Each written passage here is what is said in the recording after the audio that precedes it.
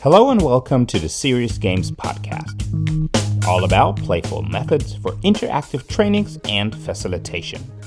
Let's get started. Welcome back to the Serious Games Podcast, and today I will hand it over to Rob, aka Professor Game. He interviewed Chris, my partner in crime for the Debriefing Cube, a couple of years ago already. But then I realized I've never shared this interview on this channel. Okay. So I reached out to Rob. He agreed. Here you go. Over to you, Rob. Welcome once again to the Professor Game Podcast. We are today with not one, but two guests, Julian and Chris. And guys, are you prepared to engage? Absolutely.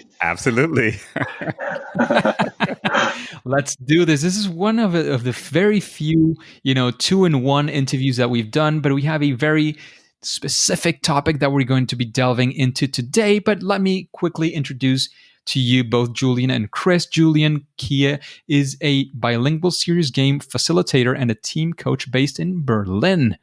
Though activating learning environments with minds-on workshops methods, he enables teams to exchange ideas authentically, promote mutual understanding, and strengthen their cooperation.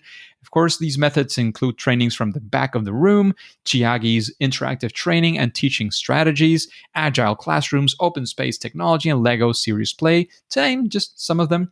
He is also a Kanban management professional, a certified Scrum Master, and a product owner, and holds a degree in business administration and a Master's of Business Administration from the Steinbeis, or something like that in German, probably, of international business and entrepreneurship. And since 2010, he works for clients and industries such as banking, consulting, e-commerce, aviation, luxury goods, engineering, pharmaceuticals, and insurance. And his mantra is rediscover learning, work smarter. On to Chris. He is a proactive, principle-centered evangelist of the Agile philosophy. As you can see, Agile, Scrum, and all these things are part of the center of this episode today, because Chris is also passionate about driving continuous improvement and collaboration to improve Agile ways of working. He uses a combination of personal coaching, workshops, and training, and games, of course, to help solve problems across organizations, within teams, and with individuals. So that is a bit about both. Julian, Chris, is there anything else that I've missed that you probably want to mention before we kick off? We know each other since ages. That's us, though. I think it was pretty good. Fantastic. So another thing that I didn't actually mention is that you guys, and that's the reason, that's the what brings us together, at least this time, it is the Debriefing Cube. Engagers, you might remember, or not, from the interview with Cedric Pontet, that he mentioned both Chris and Julian and the Debriefing Cube. And first things first, Julian, Chris, what is a Debriefing Cube? So it's a tool. It's a tool we've made to help people who have the opportunity to debrief things with their team or with a group of people to do it really well and to get better at doing it. And to add to that, the tool obviously includes a cube, which 6 lenses, so different perspectives. We're definitely going to talk about that later. And it includes tons of questions, like more than 150 debriefing, powerful questions that one could use to prepare or then to interact with learners during or after a simulation or a game. That sounds fantastic. And just in case you're wondering and you haven't heard this debriefing thing before, you've heard it only in spy movies and so on.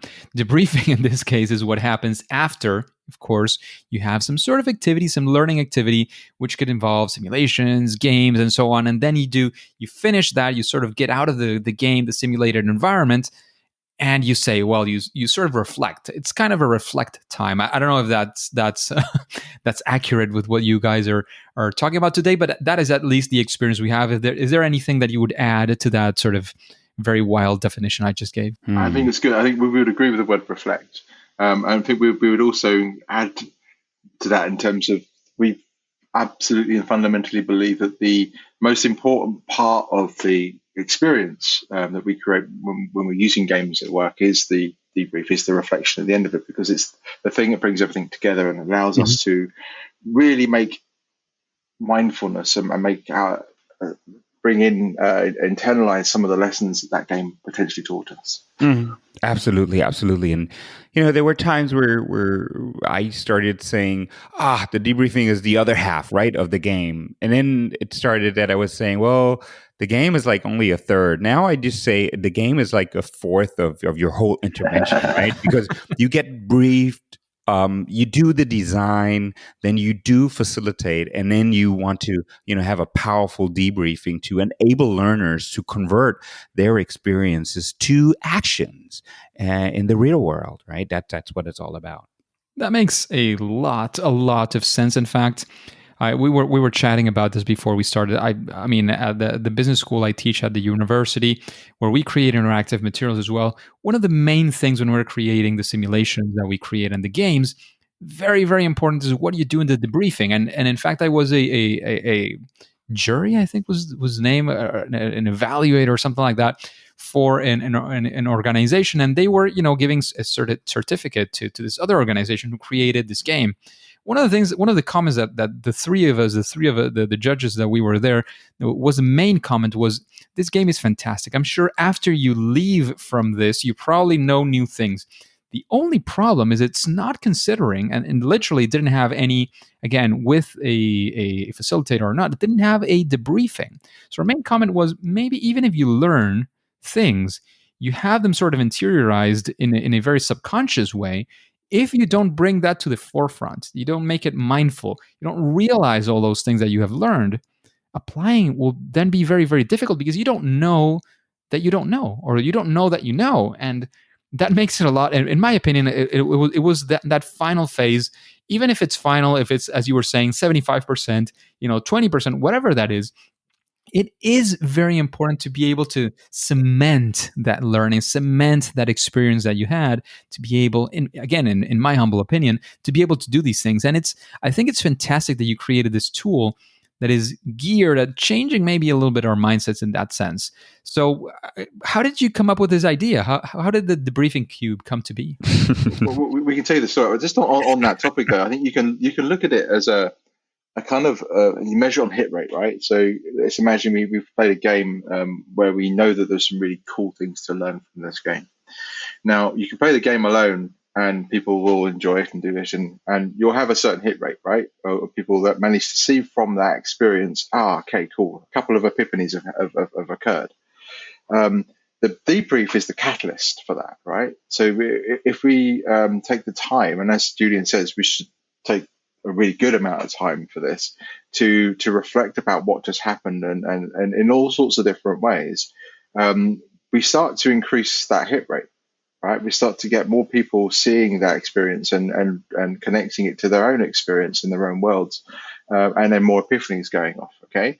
And then you see this magical thing that then begins to happen, is that when one person starts to talk about what they've just perceived from their experience, that triggers more hits in other people as they're starting to see the thing that they've experienced from someone else's point of view, right? And this catalyzation of different points of view, different experiences shared and reflected, means that at the end of that debrief, you really maximize the potential that game could have had, which we think is absolutely magical. Yeah, absolutely. So I would say, through this debriefing conversation, or maybe even just by posing the questions, you can make this individual experiences, or all of the individual experiences, really into a shared experience for a group or a team. And that's where, the power comes from.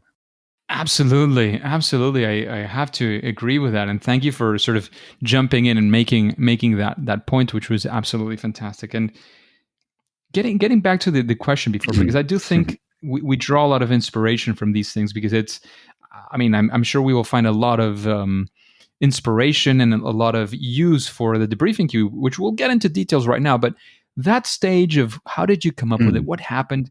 What triggered it maybe as well? Like, I'd like to get the engagers into your minds in that sense, so that we can also, again, draw inspiration and see maybe some of the engagers will get into something similar as well. Yeah. So look, we have both been part of the Play 14 community, and we both have been at the first Play 14 in Romania, Timișoara. And that was 2017, right? So 3 years ago. In fact, yeah, 3 years ago.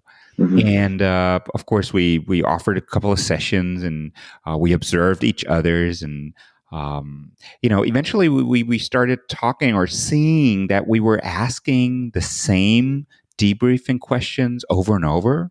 Right? What did you observe? How did you feel? What was this experience like? And everyone has his or her favorite debriefing questions, which are good in a sense.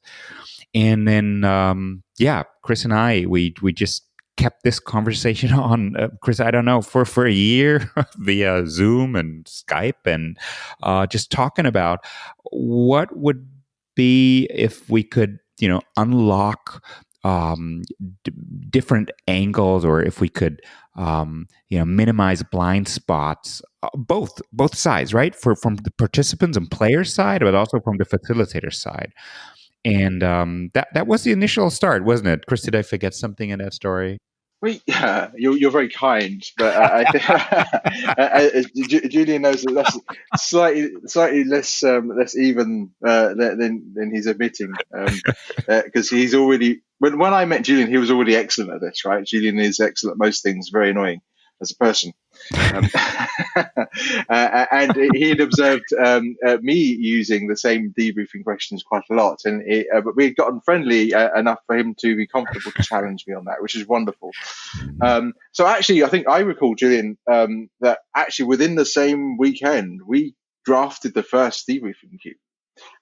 Very simple, very embryonic, but we had this epiphany that this ability that we all expected to have, the skill set to be able to facilitate a game and then lead a great debrief, is just taken for granted, right? Which assumes that everyone can just do it, and it isn't particularly well loved or well written about. That you can't go and train to become a good debriefer, and if we think about it, it's absolutely necessary and key.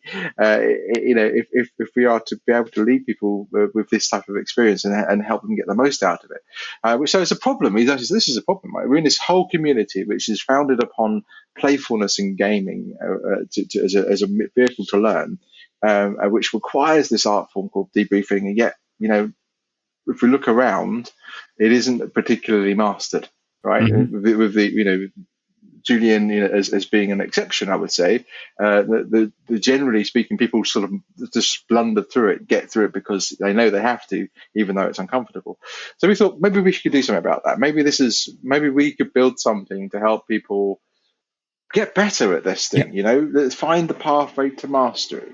And that's what we designed in that weekend. We put it together. The Playful Team works as an open space, so we just took a bit of time out. We got some paper and some pens, and we created this thing, and then we tested it. I think in the same weekend.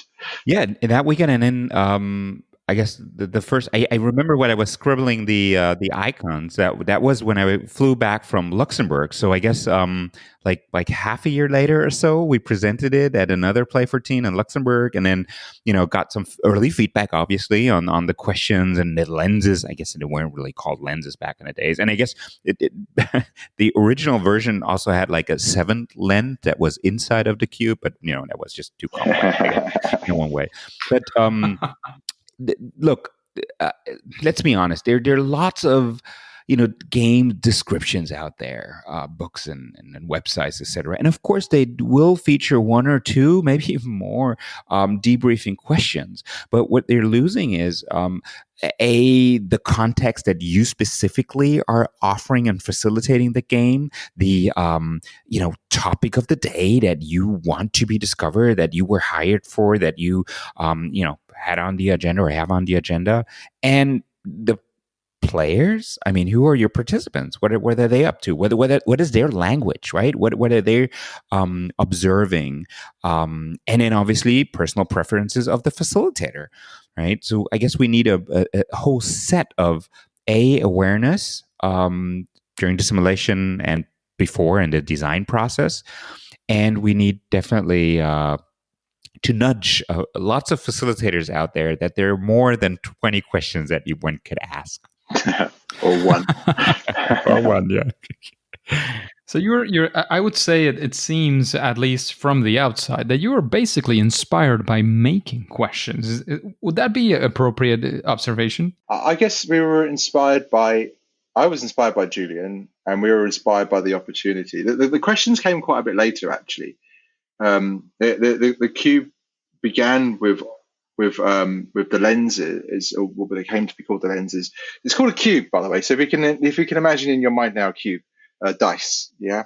We called it that because we came up with seven, as you mentioned, the internal, but six different sides that would we could think about as different ways to approach the debriefing questions, different sorts of lines of questioning or explorations or curiosity to you can just take those six different things and debrief every situation in each of those ways, which kind of takes from where we were beginning, which was like we were in a place where everyone was asking one or two or three sort of standard questions, giving us six different pools of different questions to explore, which is where it began, and then it kind of evolved from there. And yeah, and I was, inspired by the conversation we started. And again, I remember us, putting together a first draft and then the lenses and really discussing every word and challenging us and experimenting with it, testing it, obviously, the early feedback, and then, going out there and just asking that question. What is your favorite debriefing question? And have you considered using XYZ, right? And then eventually, the list became better and better, and the debriefing cube became a product, right? Which we are giving away free. I don't know if we've mentioned that. This is all like a Creative Commons license, because we think this is way more important than us, making money out of it. Which is not illegal. It is not immoral, but it is very, very, very nice that you guys are giving this away for free. Absolutely, for sure, and that is absolutely fantastic as well. I mean, as part of the community or the potential people that could be utilizing this, I would definitely have to thank you guys for offering this sort of openly. And now that we're sort of getting into it, we know where it comes from. Can you spend, I don't know, 5-8 minutes explaining? Of course, remember, this is a podcast. Usually, things like a cube are easier seen than other things. But I mean, I'm sure you've done this a few times, and we have a very smart audience as well. Our engagers have been through this many times. So is there, I mean, can you give us again, 5, maybe 10 minutes explanation of how the cube would work, and of course lead us into where we can find maybe a bit more visual information as well? All right, Chris, I'll start and then you just jump in, or we take turns, right? So yes, the cube, this card game, 150 questions, and a dice. That's the setup, right? And I'll go and explain the lenses, and then we can maybe read some questions and the how to use the set of tool, or the tool then in general, maybe. All right, so let's start with the lenses. Okay, 6 lenses, 6 side of a die, and it's all about the goal, so you can focus your learners after or even before simulation on the goal, or on the process, or on group dynamics, on communication, obviously, on emotions, or on the takeaways, right? So these are the 6 lenses. And every lens comes with a couple of questions, and it is a card deck, literally, right? It's a deck of cards. You can print them out, you can cut them, and then you will have 4 questions on every card. You will have a main question, and then as the conversation is going on, you might want to make use of the deepening questions, as we call them, or follow-up questions. Okay, and how can you use them? When you design a workshop, a meeting, a learning experience, you can, of course, have a look at the set and pick your favorite questions, right? pick the questions that, again, make sense for the topic at hand, for the group that you will be facilitating, and of course, personal preferences. And for that, and I think this is, I don't know, it's underrated. People tend to forget. There are also some cards in the deck where you can write your own favorite question. So we strongly encourage every facilitator to not just copy and paste our tool and to use those questions exactly as they're written, but to, think about, uh, who are you focusing? What is the language that they would like to use? And maybe you have wonderful coaching or powerful question asking skills, and then you can obviously add them to the set. All right, Chris, over to you. Yeah, so that's the kind of the inspiration thing. So thinking as a facilitator, how I would use the deck is that way really, is that I'm thinking about the game I'm about to play, or the experience we're about to have. I'm thinking about what I expect to happen. Therefore, I can pick some kind of cool questions which will seem like they have a good flow to them, and it gives me something of a preparation, so that when I go into the debrief, I'm kind of armed and ready to ask some cool questions. Sometimes just going through the deck kind of inspires you. Oh, that's a really nice question. Maybe I can just do a version of that. And often what happens, I have to then pare back all of these wonderful questions into a series of, okay, these are the right questions, and then take them in. Things sometimes change when you do the debrief. At least you have that. I'm no longer going to be asking the one standard "How did you feel?" type question. I'm going to ask lots of different questions, looking at lots of different angles. So what happened next is really interesting, actually. This is evolutionary design at its best.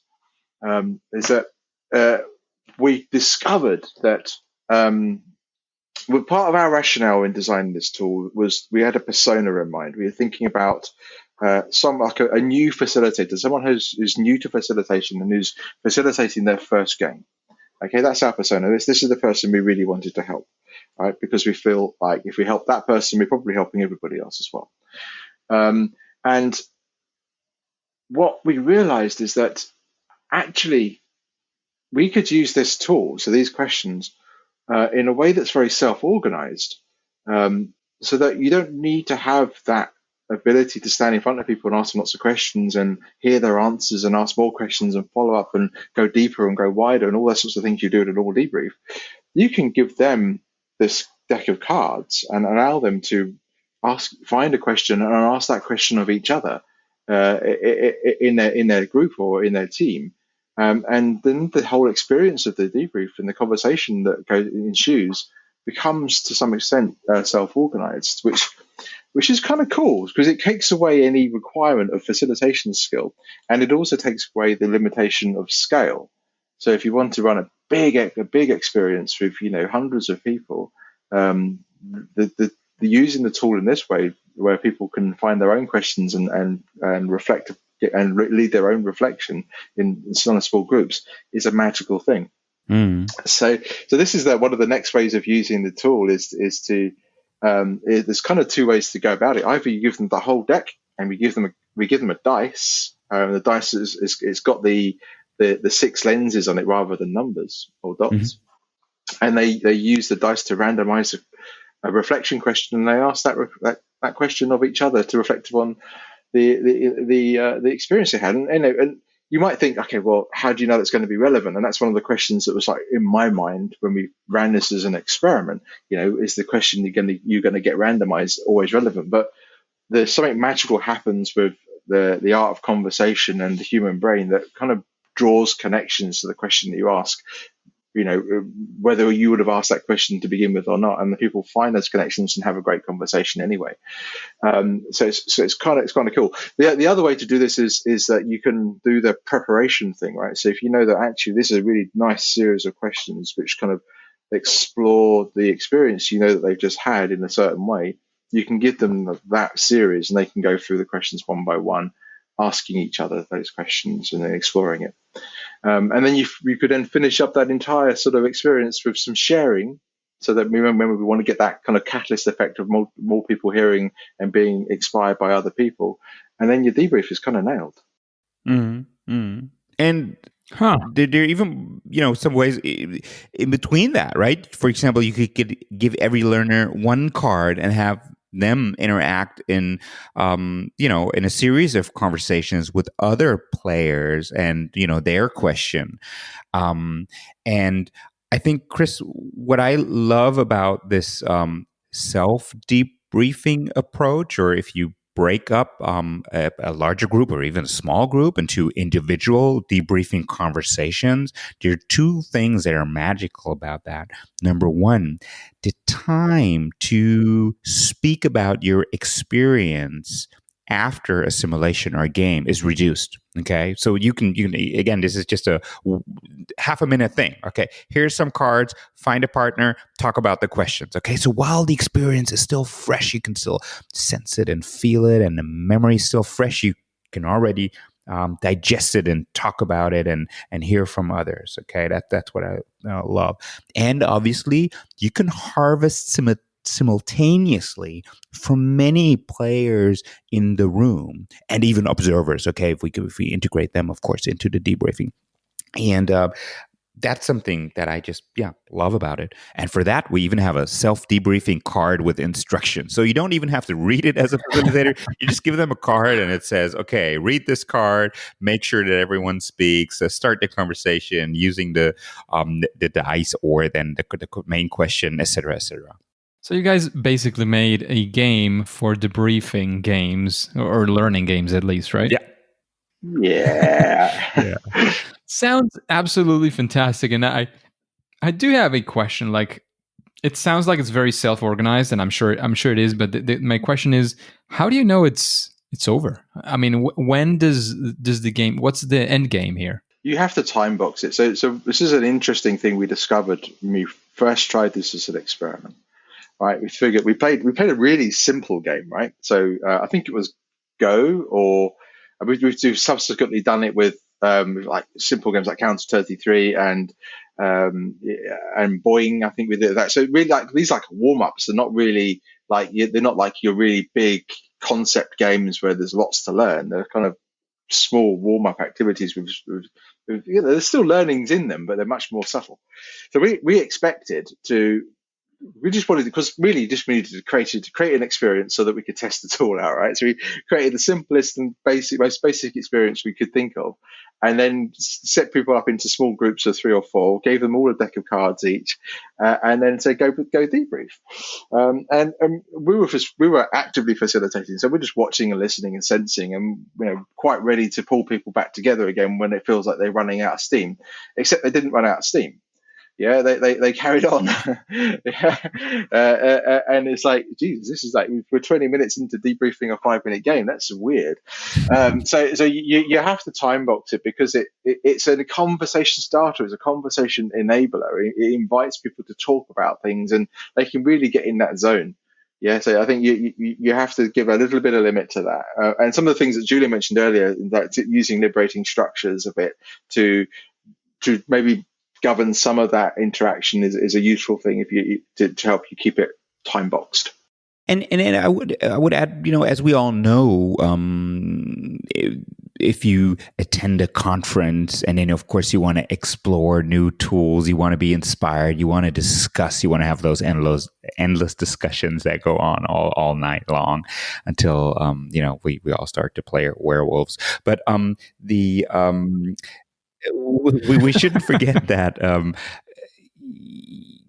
if you have a team, if you are hired to facilitate a workshop or a training, you do have a context, right? And you do have a topic. So I would say it ends when you are moving towards that zone that you want to help, or you want to facilitate your learners to explore and to touch and to discuss and to see and to reflect on. Okay, so that's why it's not that we hand out the cards and then we just ring a bell after half an hour and hopefully they'll have some meaningful conversation in a while.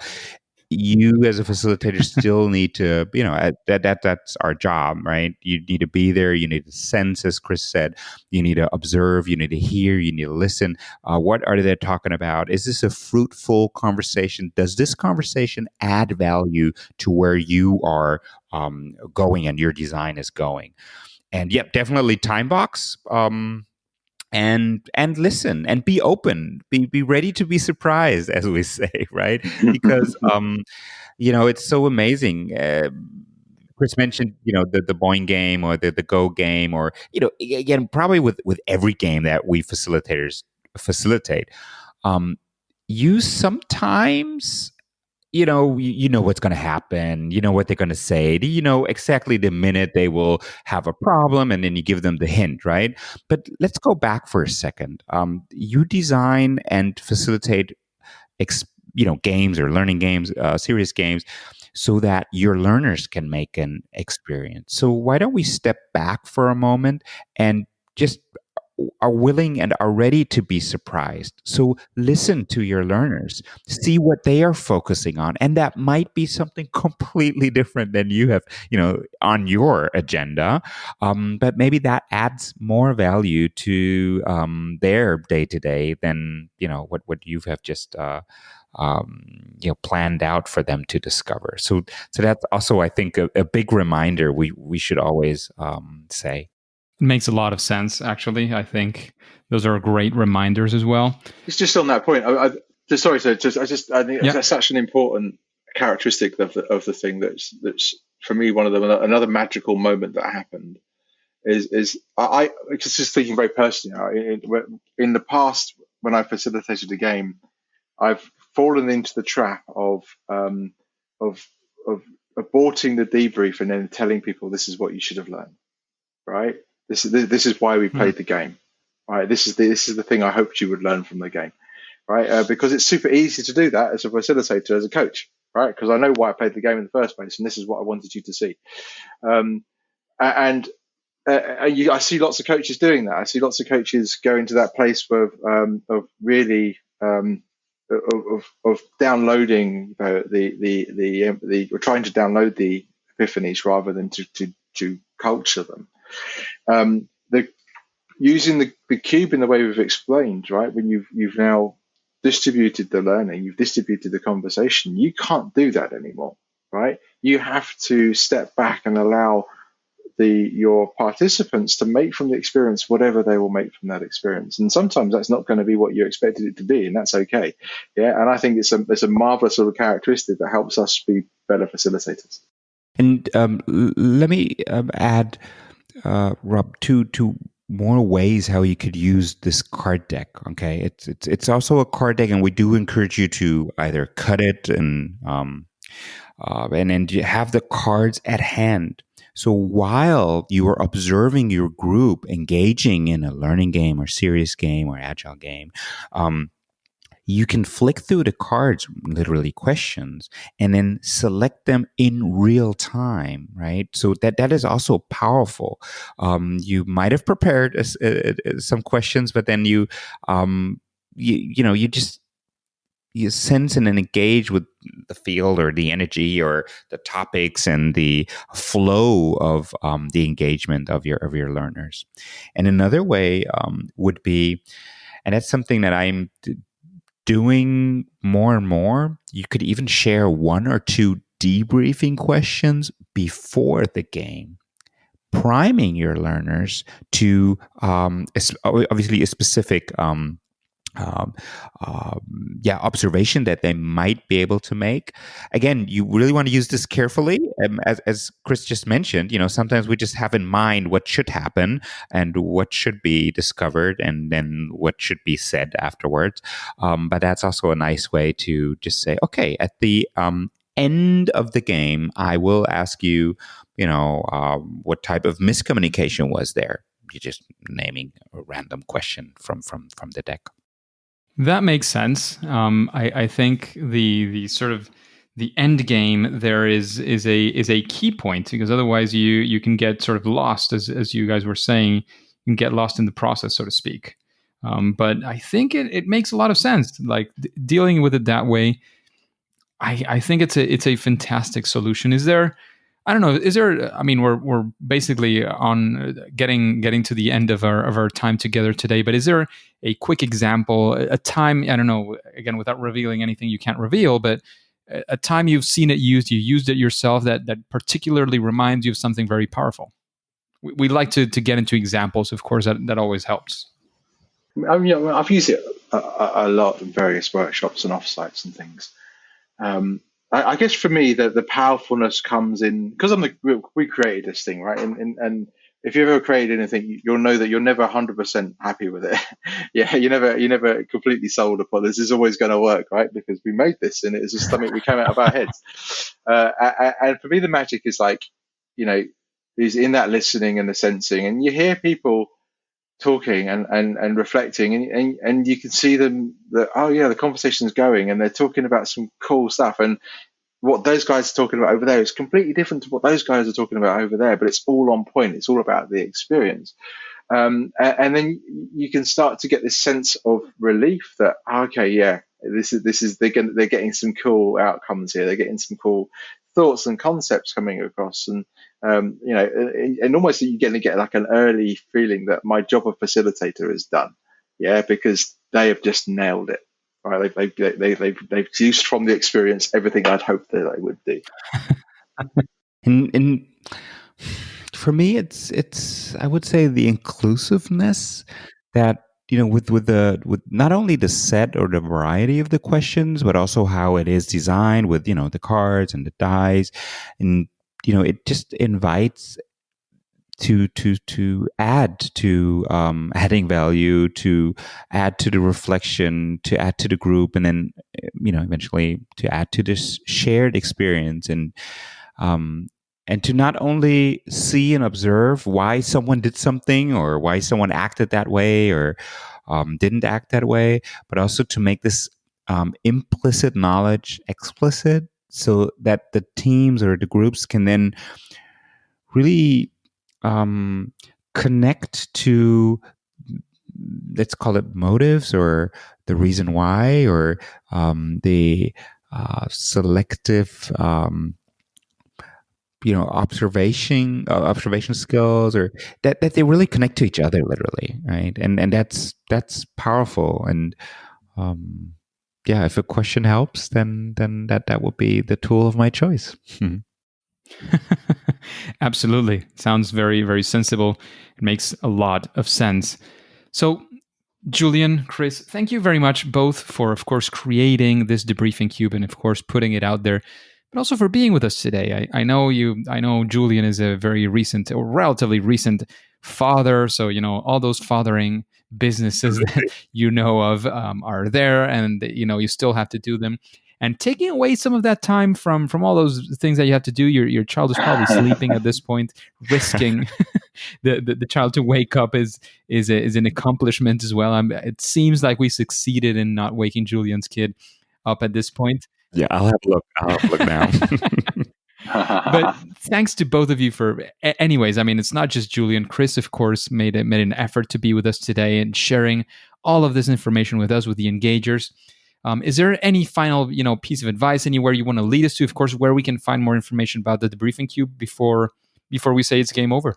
Mm-hmm. Absolutely. So, look, the Debriefing Cube, and this is also a big community effort. So we started in English language, obviously, and then we had, as you all know, I'm based in Berlin. I do speak German, but we had learners and players engaging in translating the tool into German, into French, into Dutch, into Russian, and Italian and Spanish are on the way. So, this is also a big thank you for everyone who's helped us to translate those questions into different languages. Big shout out for sure. And secondly, yes, there is also a product now. If you don't want to copy it and you just want to buy it, which is totally fine, it's a reasonable price. You can also buy the card decks. They are sustainably produced, printed very, very locally, just around the corner of my house, and they're packed and sent and shipped out in an integration workshop here south of Berlin. So that's just another reason to order them. And besides that, thedebriefingcube.com, thedebriefingcube.de, and you can download and grab the PDF directly from there. You don't need to enter a password, no email address. Just go to the website and enjoy reading. Sounds absolutely fantastic, guys. Thanks again for all your efforts, all the things that you're doing, that you've been doing, you're going to be doing in the future with the Debriefing Cube. Chris, I don't know if there's anything else. I just add to that in terms of we'd love to hear from you, right? So if you are using the tool, if it is working for you, if you have any experiences, please reach out and tell us about them, because it really helps us feel good about, the debrief. The art of debriefing across the world is getting better, and also then this isn't the end for our journey, right? We have more ideas coming in the future about how we can accelerate this art form even more. Mm-hmm. Absolutely. Thanks very much for your time, for your efforts, for being here with us today. However, at least for now and for today, it is time to say that it's game over. You can reach us at hello@keylearning.net. We're looking forward to your suggestions, comments, and feedback.